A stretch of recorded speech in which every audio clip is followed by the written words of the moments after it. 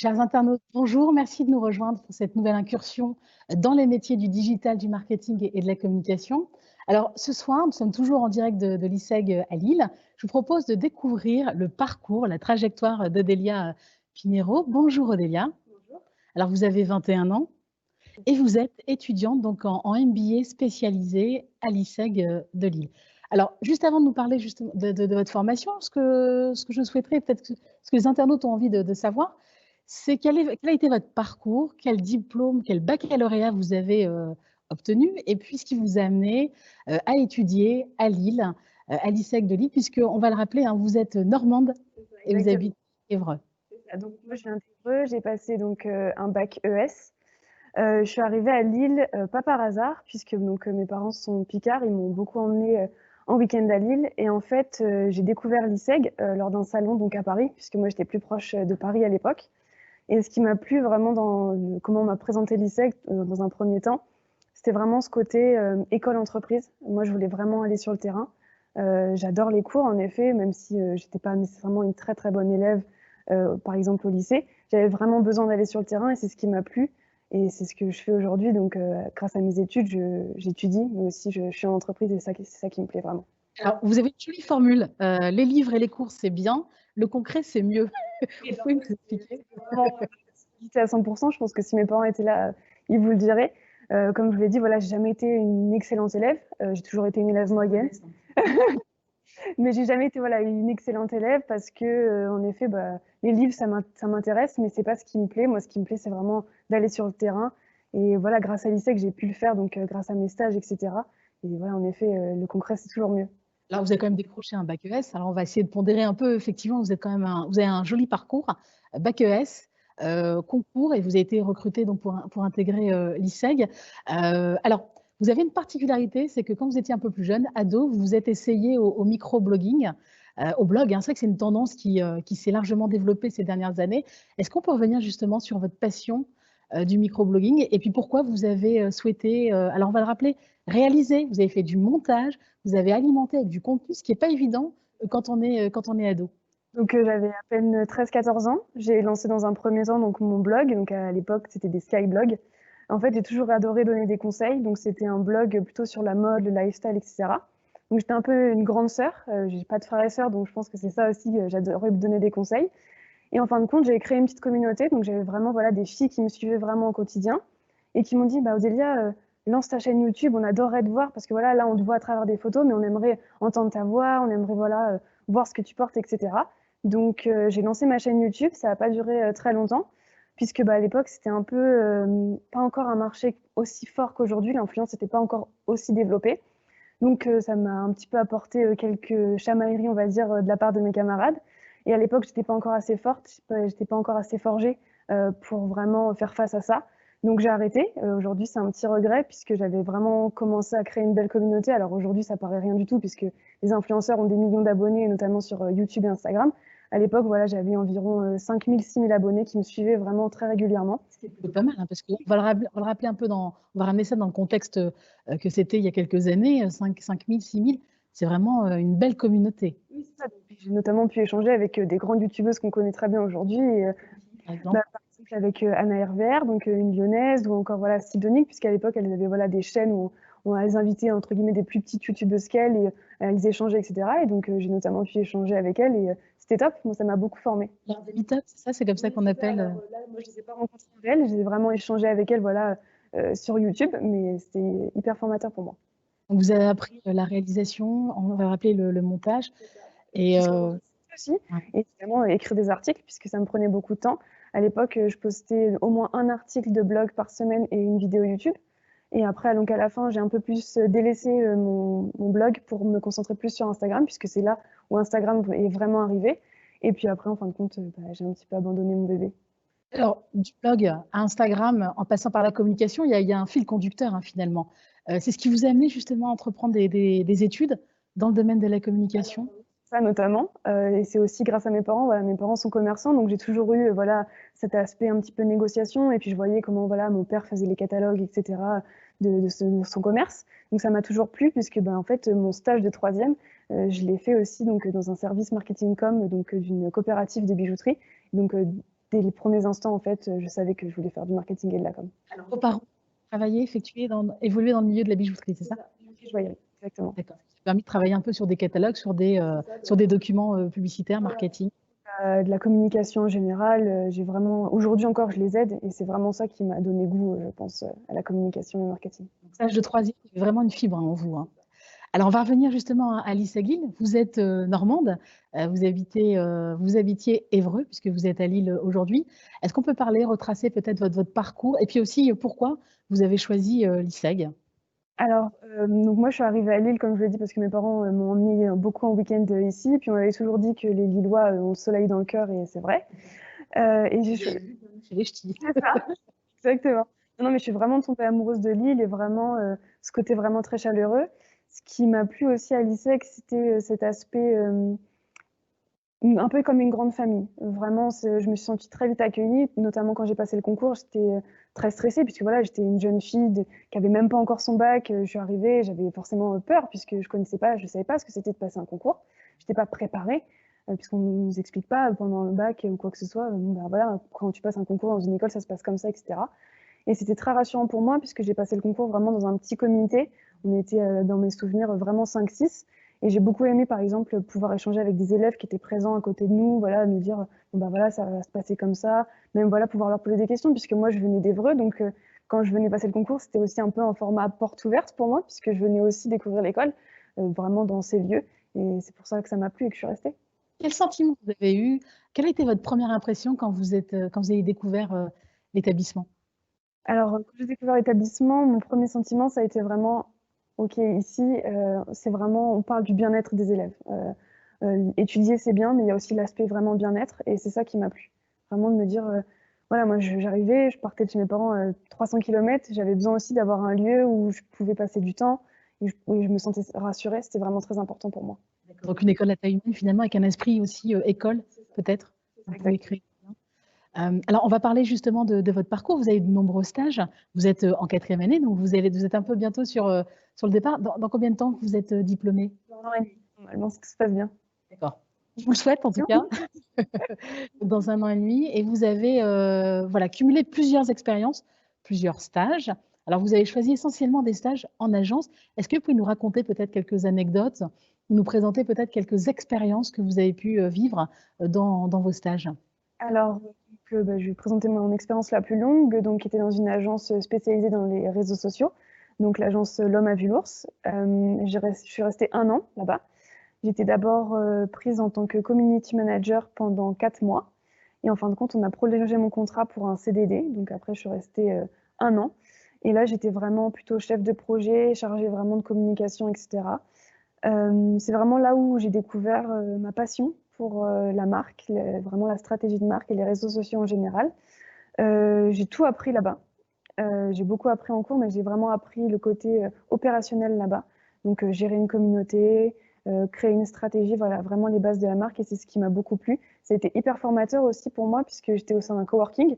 Alors, au tout début, quand on m'a engagée, qu'on m'a dit, bah voilà, tu vas travailler dans un coworking, moi j'étais un peu effrayée, puisque aujourd'hui, dans la tête de tout le monde, quand on va travailler, bah, on va travailler dans un bureau, voilà, avec son propre bureau, son propre ordinateur, sa propre chaise, etc.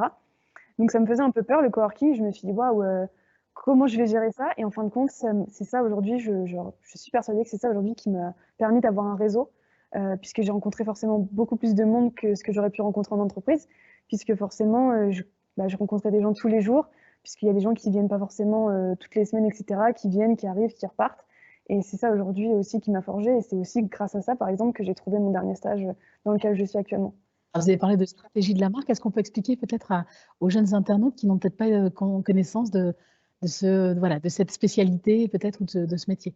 Je vais dire avec mes propres mots, avec des mots simples, aujourd'hui une marque, c'est pas qu'un nom, c'est pas qu'un slogan, c'est pas qu'un logo, c'est bien plus que ça. Il y a des choses qui sont pensées, repensées. Il faut voilà, penser à tout ça, penser à comment communiquer, comment on peut s'élargir ou au contraire revenir sur ses bases. La stratégie, c'est vraiment penser à tout ça et réfléchir à ce qu'on pourrait faire ou ne pas faire pour une marque. La particularité de l'école, c'est justement d'avoir ce contenu théorique finalement et de l'associer aussi à la pratique dans le domaine d'expérience professionnelle et de stage notamment. Comment vous avez fait le lien justement avec les connaissances acquises et puis en même temps ce que vous avez pu produire, ce que vous avez pu apporter à une agence comme celle où vous avez fait vos premières armes? Alors, grâce à l'ISEG, on fait énormément de projets, donc j'ai très vite fait le lien entre mes cours et forcément les cas concrets, puisque aujourd'hui, grâce à l'ISEG, on travaille sur des cas concrets. C'est aussi ce qui me plaît et ce qui m'a plu dans l'ISEG. Donc pour moi, le lien entre vraiment l'agence et ce que je voyais en cours, ça a été assez facile. Même si au début, ce qu'on nous présente en cours, ça peut paraître un petit peu parfois loin de ce qu'on peut faire. On se rend compte que parfois, sans s'en rendre compte, on utilise des choses qu'on a vues en cours. Et ça fait du bien justement d'avoir ces bases. Voilà, par exemple, parfois on voit des choses où on se dit mais ça, je m'en servirai jamais, comme des choses par exemple qu'on a pu voir au lycée. Et ce que moi j'aime à lycée, c'est en fait ce qu'on voit en cours, on l'utilise. Après, forcément, à plus ou moins grande échelle, mais ça me plaît énormément. Mais dans le concret, vous C'est ça. expliquez tout à l'heure. Alors, il y a peut-être des disciplines qui vous intéressent plus que d'autres. On va reparler peut-être aussi du contenu de la formation. Vous avez des intervenants professionnels, vous avez aussi des enseignants un peu plus classiques sur des disciplines, on va dire, plus généralistes. Alors justement, quelles sont les disciplines, les matières qui vous intéressent le plus et celles qui vous intéressent le moins aussi? Alors, vous m'auriez posé la question quand je serais arrivée vraiment en première ou en deuxième année, je vous aurais dit tout de suite toutes les matières digitales, tout ce qui concerne les réseaux sociaux. Aujourd'hui, plus du tout, puisque forcément, grâce à l'agence, enfin aux agences que j'ai fréquentées, maintenant les réseaux sociaux, c'est vraiment quelque chose que je connais et que je maîtrise. Aujourd'hui, ce qui me plaît, c'est vraiment plutôt l'aspect marketing, vraiment connaître le client, connaître sa cible, l'étudier, l'analyser. Donc les matières qui me plaisent, ça va être plutôt tout ce qui touche, voilà, donc comme je l'ai dit, au marketing et à la stratégie de marque en général. J'ai beaucoup aimé aussi, donc ça c'était plutôt dans mes premières années, mais c'était tout ce qui touchait au droit des marques. Je pensais pas qu'on allait avoir des cours aussi poussés, et moi je me rends compte que ça me sert aujourd'hui, puisque par exemple, actuellement dans mon stage, parfois on vient nous voir, les clients viennent nous voir, bon bah voilà, j'aimerais créer une nouvelle marque, comment on fait, comment ça se passe?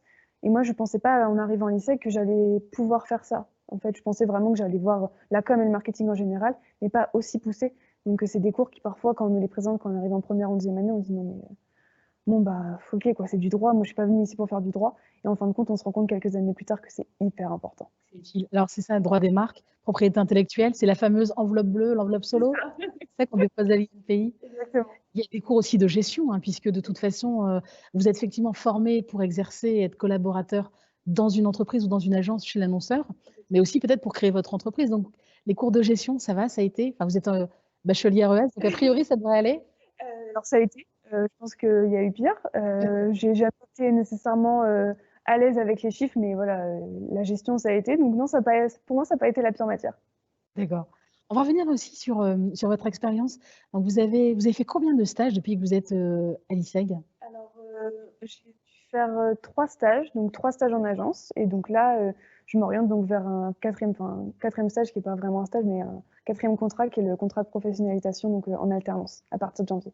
D'accord. Alors, est-ce que vous pouvez nous présenter peut-être pour les néophytes ce que c'est que l'alternance et ce fameux contrat de professionnalisation? Alors, à l'ISEG, donc, on va faire l'alternance donc à partir de la quatrième année, donc janvier de la quatrième année, donc le deuxième semestre.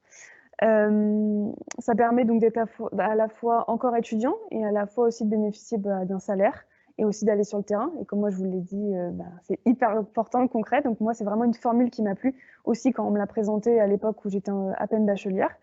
Donc ça va me permettre d'aller à la fois en entreprise et d'être à la fois à l'école. Pour moi, c'est vraiment la formule idéale, puisque après avoir fait pas mal de stages, j'avais vraiment besoin d'avoir une mission un peu plus sur le long terme et de connaître vraiment une entreprise à 100%, de vraiment m'y sentir bien. Alors quand on est en stage, on se sent bien, mais parfois quand ça dure 4 mois, c'est un petit peu parfois court. Notamment, voilà, par exemple, avec mon stage de cet été ou le stage dans lequel je suis actuellement, on reste 2-3 mois, ça va vite, on fait quelques missions, mais on se rend compte qu'on reste pas sur des projets à long terme. Mais pour moi, l'alternance, c'était parfait. C'est la bonne formule. Alors, l'alternance, on va le rappeler peut-être brièvement, et comme vous l'avez effectivement à juste titre expliqué, c'est alterner mission en entreprise et cours en centre de formation, donc en l'occurrence dans ces locaux à l'ISEG. Alors, l'alternance, vous êtes salarié, vous êtes rémunéré, donc ça, c'est plutôt pas mal.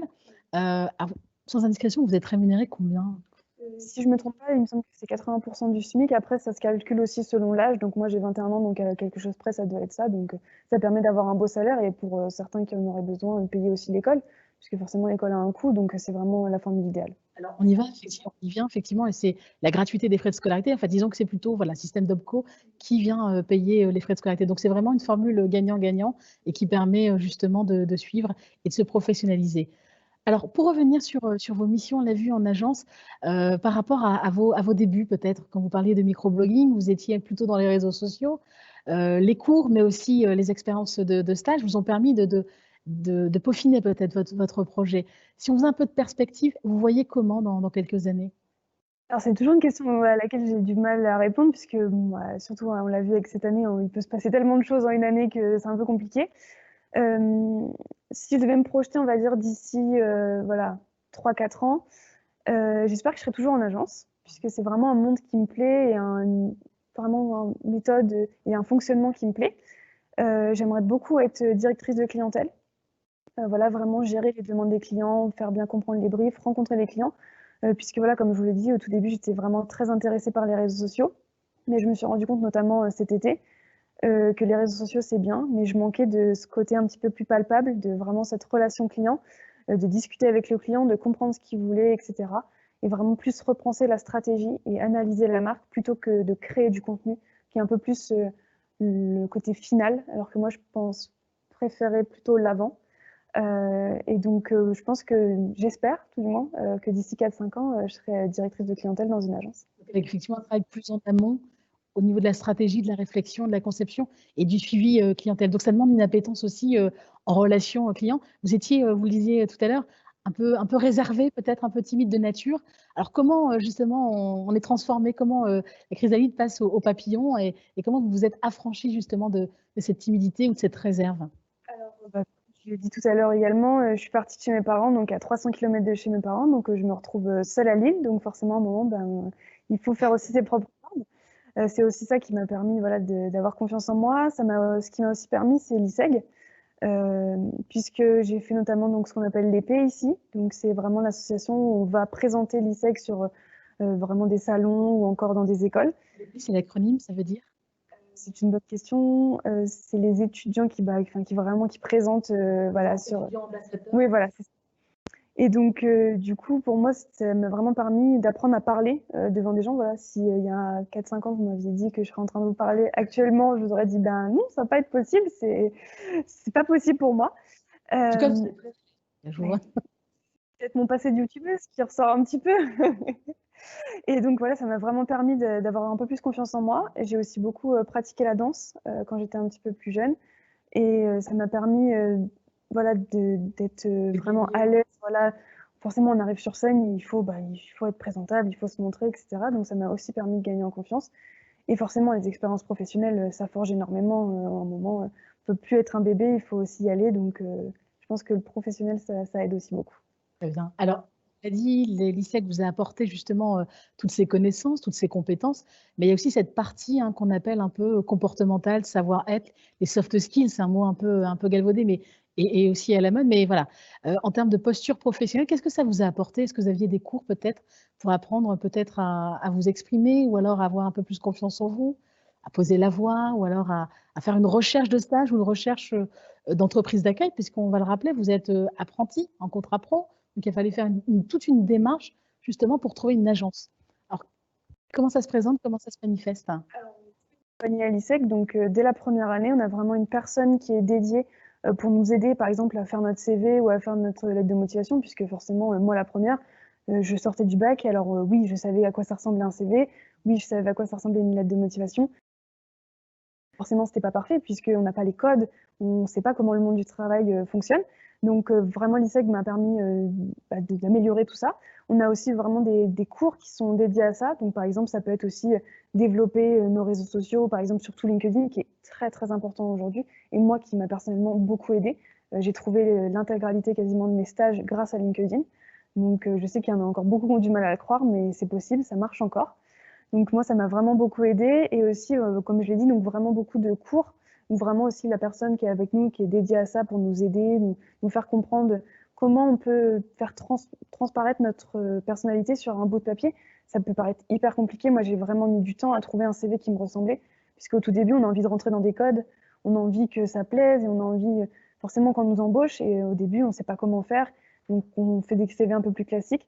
Et aujourd'hui, moi, par exemple, en 4e année, j'arrive à faire un CV qui me ressemble et à la fois qui reste aussi vendeur. Et c'est grâce à l'ISEC que j'ai pu faire tout ça. Vous y a un véritable accompagnement finalement à trouver votre entreprise et surtout voilà, à être présentable, avoir une vitrine professionnelle pour vous présenter au sein des entreprises. On va le rappeler, attention, hein, le but du jeu, c'est pas qu'on vous trouve un stage, c'est à vous de faire le job. Exactement.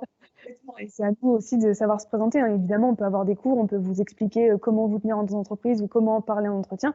Par contre, après, si vous ne le mettez pas en application, forcément, ça ne portera pas ses fruits. On ne nous apporte pas un stage sur un plateau d'argent, c'est pas le cas. Il y a vraiment cette dimension professionnalisante, professionnelle, accompagnement qui est vraiment importante et qui est propre à l'école peut-être aussi. J'imagine, oui. Enfin, pour moi, en tout cas, c'est ce que je pense. Alors justement, vos entretiens, comment on vous a préparé? Est-ce qu'on a fait de la PNL, de la kinésie, on vous a filmé, on vous a dit, on vous a corrigé, on vous a donné peut-être quelques petites astuces? Oui, bah, on nous a donné beaucoup d'astuces, on nous a aussi montré comment, voilà, comment nous tenir, quels termes utiliser parfois. Aussi savoir faire un peu une introspection, savoir bah, par exemple quoi répondre quand on nous dit bah alors c'est quoi vos qualités, c'est quoi vos défauts, pourquoi vous avez fait ça, pourquoi vous avez fait ci. Ça nous a beaucoup aidé sur ça, notamment en 4e année, on a vraiment une semaine qui est dédiée à ça. On a passé voilà, des simulations, on va revoir notre CV, revoir notre lettre de motivation, etc. Donc sur ça on est vraiment très très accompagnés. Et moi ça m'a permis aussi beaucoup de gagner en confiance en moi puisque quand on va passer par exemple le premier entretien de notre vie, on se dit mais mon Dieu, mais qu'est-ce que je vais leur dire? Forcément, moi quand j'ai passé mon premier entretien, ben, j'étais à peine diplômée donc, de mon bac. J'avais pas d'expérience puisque forcément, voilà, j'étais à peine arrivée à l'ISEC, donc on n'a pas d'expérience en stage, etc. Et en fait, à l'ISEC, on a su me présenter que tout ce que j'avais fait avant, donc notamment par exemple ma chaîne YouTube ou encore mon blog, ça pouvait me servir. C'est pas parce que c'est extrascolaire qu'on peut pas le présenter ou que c'est pas forcément quelque chose de professionnel qu'on ne peut pas le présenter. Et je pense qu'en effet, grâce à l'ISEC, j'aurais pas pu avoir les stages que j'ai eus. Très bien. Alors, c'est bien parce que vous avez amorcé le point suivant que je souhaitais aborder avec vous, c'est la vie étudiante, parce que le principe d'une école, voilà, c'est de prendre part justement aux différentes activités, d'avoir une vie aussi extrascolaire, peut-être d'avoir participé au bureau, à la vie étudiante. Comment ça s'est passé pour vous quand vous avez quitté votre Normandie natale pour arriver à Lille? Alors à Lille, c'est vrai qu'on est une ville étudiante, il y a plus de 150 000 étudiants sur la métropole, dans la région. Voilà, comment vous avez pris vos marques? Vous êtes intégré à un bureau des élèves, vous avez choisi des activités peut-être en particulier. Comment ça s'est passé? Je pense que c'est plutôt très bien passé pour moi, puisque 1 an après avoir intégré l'ISEC, j'étais trésorière du bureau des élèves, donc du BDE. Donc je pense que ça s'est très bien passé pour moi, l'intégration. Pour revenir un peu plus sur ma première année, quand je suis arrivée, donc il y avait un BDE qui était déjà en place. On a eu le système des parrains-marraines qui nous a beaucoup aidé aussi. Donc on nous désigne un parrain ou une marraine pour un petit peu voilà, nous aider, nous donner un peu des conseils. Aussi. Vous arrivez, vous êtes pris un peu sous la tutelle, vous êtes accompagné par un élève. Un élève qui a plus âgé que nous, donc que dans une promotion supérieure. Et on nous dit, bah voilà, en gros, si tu as une question ou si tu as besoin de quoi que ce soit, tu peux t'adresser à lui. Alors, moi, je n'en ai pas eu nécessairement besoin pour des points de vue techniques, mais plutôt bon, bah, pour faire la fête et pour me présenter les bars de la région, on va dire. Mais ça a été hyper sympa pour moi voilà, de pouvoir créer un lien, parce que moi, forcément, je suis arrivée, j'étais toute seule. J'avais pas d'amis, pas du tout d'amis dans la région. Donc, bah, mon seul point de repère, c'était l'ISEG. Et en fin de compte, comme je l'ai dit tout à l'heure, comme c'est tellement une école à taille humaine, tout le monde se connaît. Et en fin de compte, bah, après, on fait tous la fête et on fait tous des activités ensemble. Donc, ça peut être l'épée, comme j'ai dit tout à l'heure, et après aussi d'autres activités sans problème. Alors, on va le dire, hein, on fait la fête. Vous avez parlé des bars avec modération. Hein. C'est important de le souligner. Vous avez un week-end d'intégration? Comment vous accueillit? Qu'est-ce qui vous a, encore une fois, voilà, ce qui a fait la différence, le plus produit, vous parlez un peu en communication, en marketing, c'était quoi la plus-value finalement de cet établissement par rapport à un autre? Parce que je suppose que vous avez candidaté peut-être aussi dans d'autres établissements. Qu'est-ce qui a fait pencher la balance du côté de l'ISEG? Alors, ce qui fait pencher la balance, très clairement, je pense que je n'ai pas cessé de le répéter, mais c'était l'aspect concret. Moi, quand on m'a présenté l'ISEG, on m'a dit voilà, tu vas aller 2 à 3 jours maximum à l'école et le reste du temps sur tout ton cursus, tu vas aller en entreprise. Moi, je me suis dit mais ok, c'est ce qu'il me faut. Je ne me voyais pas après le bac repasser 5 jours par semaine derrière un bureau, voilà, en tant qu'élève, etc. J'avais vraiment besoin d'aller sur le terrain. Donc moi, ça a été vraiment ça le plus produit, comme vous avez dit, pour l'ISEG, et c'est ce qui m'a plu. Et pour revenir sur le week-end d'intégration, oui, on a bien eu un week-end d'intégration qui a été top. Et après, l'année d'après, c'est moi qui l'ai organisé avec le BDE de l'époque. Voilà, c'est un cercle vertueux, il y a une transmission. On va rappeler à nos internautes, hein, si vous avez des questions, si vous souhaitez peut-être des précisions, voilà, on est là pour répondre à toutes vos questions, enfin, surtout Odélia est là pour répondre à vos questions. Alors là, effectivement, vous êtes un peu sur le départ. Avec le recul, parce que vous avez quand même quelques années maintenant, voilà, de distance, enfin d'expérience, qu'est-ce que vous retenez? Qu'est-ce que vous allez retenir finalement de votre passage à l'ISEG? C'est vrai que maintenant, je fais plus partie des anciens que des nouveaux. Ça me fait un peu mal de le dire, mais c'est vrai que je suis plus sur le départ que sur l'arrivée. Si je devais retenir quelque chose, c'est que il faut oser. Il faut arrêter de se comparer. Moi, je l'ai trop fait.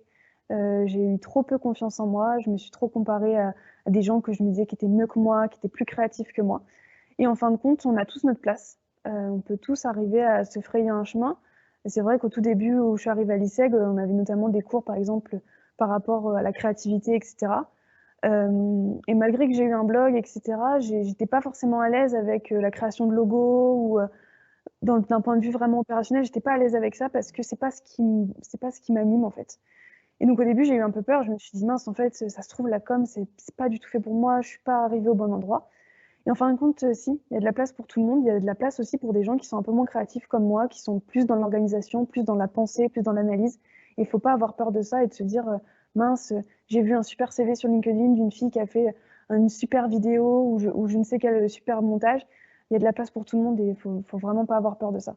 Voilà, on peut ne pas être créatif, mais avoir d'autres qualités, hein, comme vous l'avez dit, en stratégie de la marque ou de la communication. Alors justement, pour reprendre un peu le déroulé des disciplines, des formations, qu'est-ce qui vous a tout de suite séduit, encore une fois? Qu'est-ce qui vous a plu? Alors peut-être pas les cours de création, mais peut-être d'autres cours qui vous ont intéressé. Alors, vous l'avez dit tout à l'heure, stratégie de la marque. Vous avez parlé aussi peut-être du droit, peut-être un peu moins, mais est-ce qu'il y a d'autres matières peut-être qui vous ont marqué, toujours avec ce recul de votre passage à l'ISEG? Alors, avec plus de recul, les cours de négociation. Alors au début, ça fait hyper peur parce qu'on se dit: comment ça, on va m'apprendre à négocier? De quoi on me parle? Qu'est-ce que ça va être?» Et en fin de compte, c'est hyper formateur. Alors, c'est aussi formateur d'un point de vue entretien, puisque ça sert, par exemple, parfois un entretien à se montrer un peu plus ferme et un peu plus incisif. Et aussi quand on fait face à des clients. Moi, j'ai fait face parfois à des clients qui me disent: «Bah non, mais qui essayent de négocier». Il faut savoir être aussi force de proposition et arriver à négocier. Alors, forcément, quand on a 19 ans ou voilà, une vingtaine d'années, c'est pas forcément facile de faire face à des gens qui ont déjà parfois 20 ans de plus d'expérience que nous et Bouteille, ouais. ouais, c'est ça et en fait, les cours de négociation, alors au début, je comprenais pas nécessairement l'intérêt tout de suite qu'on me les a présentés et aujourd'hui, avec du recul, en fait, c'était hyper bénéfique. Les cours de négociation, c'était qui? C'était un intervenant professionnel, c'est ça? Qui vous donnait peut-être des techniques? Oui, c'est ça, donc voilà, par exemple, comment, par exemple, parfois se présenter, vraiment en 1 minute, savoir être droit au but, être vraiment, parfois, très très concis et aussi, savoir utiliser des termes précis, utiliser une sémantique et des mots, justes pour être, convaincant et aujourd'hui, on fait ce cours également en anglais. En anglais. D'accord. Et vous pouvez nous dire quelques mots en anglais alors peut-être? Ouh C'est des là! Bah, après, là, tout dépend de ce que vous souhaitez parler, mais On n'a pas parlé de la dimension internationale. C'est vrai que souvent dans des cursus, dans des parcours, notamment sur du niveau bac+5, hein, ce que vous êtes en train de préparer, le MBA, il y a toujours une petite coloration internationale. Alors c'est vrai que vous faites beaucoup de stages, vous êtes en alternance. Comment vous avez appréhendé justement cette dimension internationale? Même si vous parlez anglais. On vous a pas encore entendu, mais on confirme, vous parlez anglais. alors moi, la dimension internationale, c'est pas nécessairement quelque chose vers lequel je me suis dirigée ou je me dirige. Moi, je suis assez épanouie, voilà, pour l'instant, au niveau français. Mais en effet, donc, à l'ISEG, on nous propose beaucoup de cours en anglais, surtout dès la 4e année, où voilà, vraiment, je veux dire, au moins un quart de nos cours qui sont en anglais. Et vraiment, on ne parle pas de cours d'anglais pur, on parle bien voilà, de négociation en anglais ou de débat en anglais. Ce n'est pas des cours d'anglais sur de la conjugaison ou des choses comme ça. Donc, Anglais, d'autres mots peut-être? moi, avant, je faisais de l'allemand, mais j'ai arrêté en venant à l'ISEG. Très bien. Mais sinon, à l'ISEG, on propose toutes les langues qu'on veut. Nous sommes au carrefour de l'Europe, donc l'anglais, c'est déjà la langue effectivement de communication et de négociation, puisque vous avez parlé de négociation. Alors, on va conclure peut-être rapidement un mot de la fin, peut-être pour encourager, en regardant la caméra et en essayant de proposer justement à nos étudiants, à nos internautes de venir étudier dans cet établissement peut-être. Avec plaisir. Alors, oser, comme je vous l'ai dit tout à l'heure, il faut vraiment oser. Il y a de la place pour tout le monde dans le monde de la communication.